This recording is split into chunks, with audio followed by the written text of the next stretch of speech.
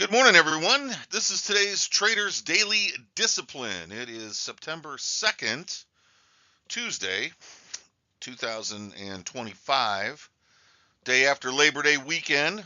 I hope everybody had a great couple of days to relax with friends and family and have all those special times. I know I did, and I hope you did too. Great start to the week. A lot of good movement in the currencies to get us up and running for the beginning of the week. Let's see how we do by the end of the week.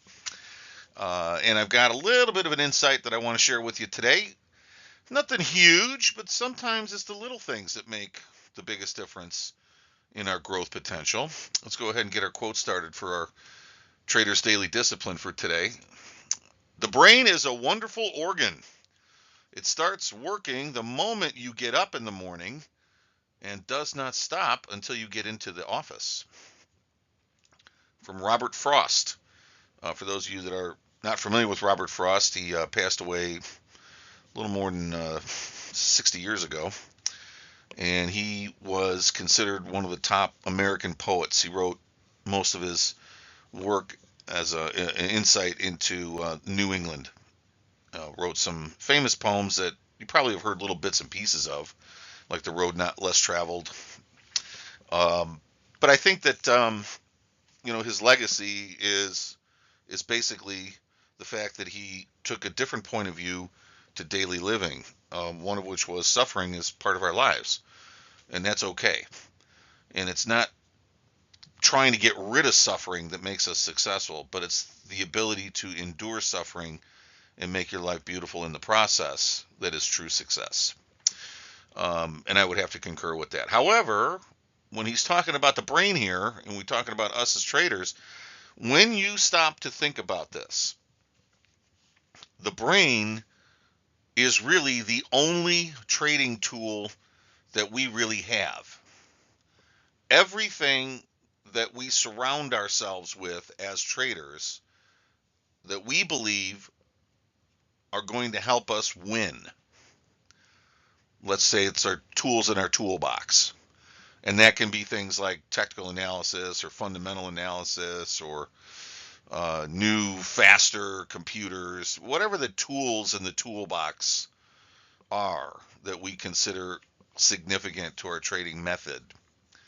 In the final analysis, all of that is based on what you choose to think about anyway. Why are you using a particular method of analysis?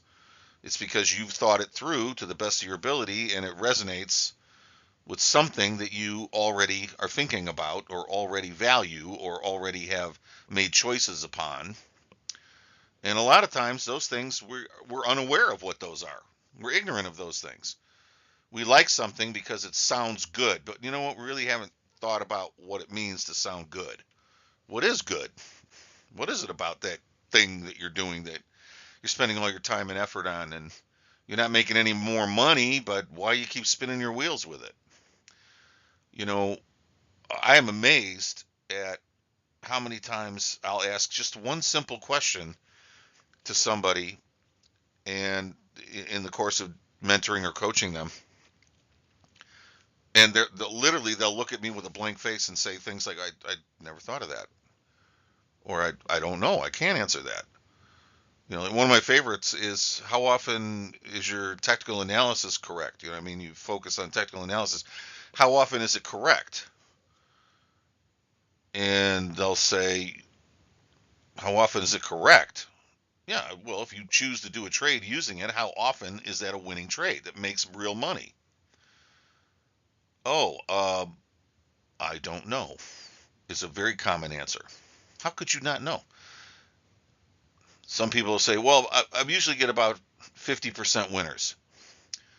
Okay, if something only works 50% of the time, why would you trust it 100% of the time? Especially when this is kill or be killed.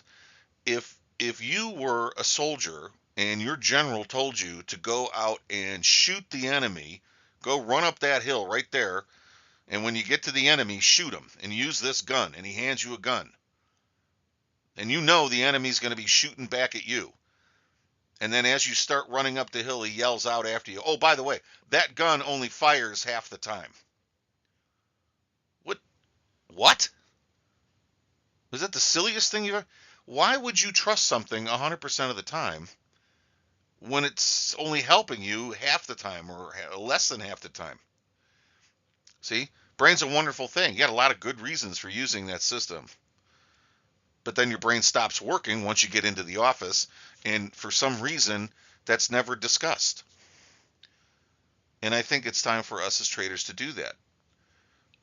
You don't have to be worried about making money. You don't have to wonder if this is going to work. You don't have to have any of those problems. You can turn the switch from lose to win anytime you want, and you can do that today.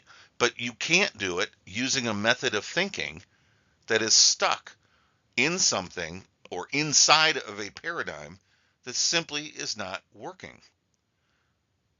If you're not piling up the wins week after week, month after month, year after year, there's something wrong with you. There's something wrong with your thinking.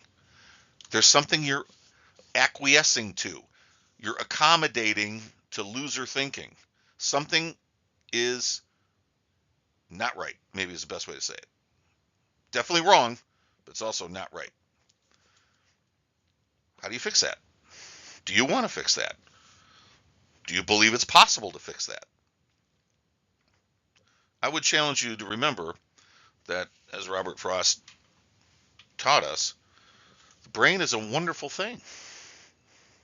But has yours and mine stopped working for some reason? Because we get all boiled up around in what's happening in the markets, and we tend to forget that this is common sense is what we're really looking to score on here. What's your common sense telling you? All right, guys, listen, I want you to give some thought to that, and let's look forward to another day tomorrow. I'll have much more for you on Wednesday. And for those of you that are already members of my trading social network, the Market Mastery Meetup, don't forget today at 10 a.m. Eastern is our regularly scheduled traders workshop, and it's live. So make sure you come. Guys, have a great day. I will see you tomorrow. Thanks.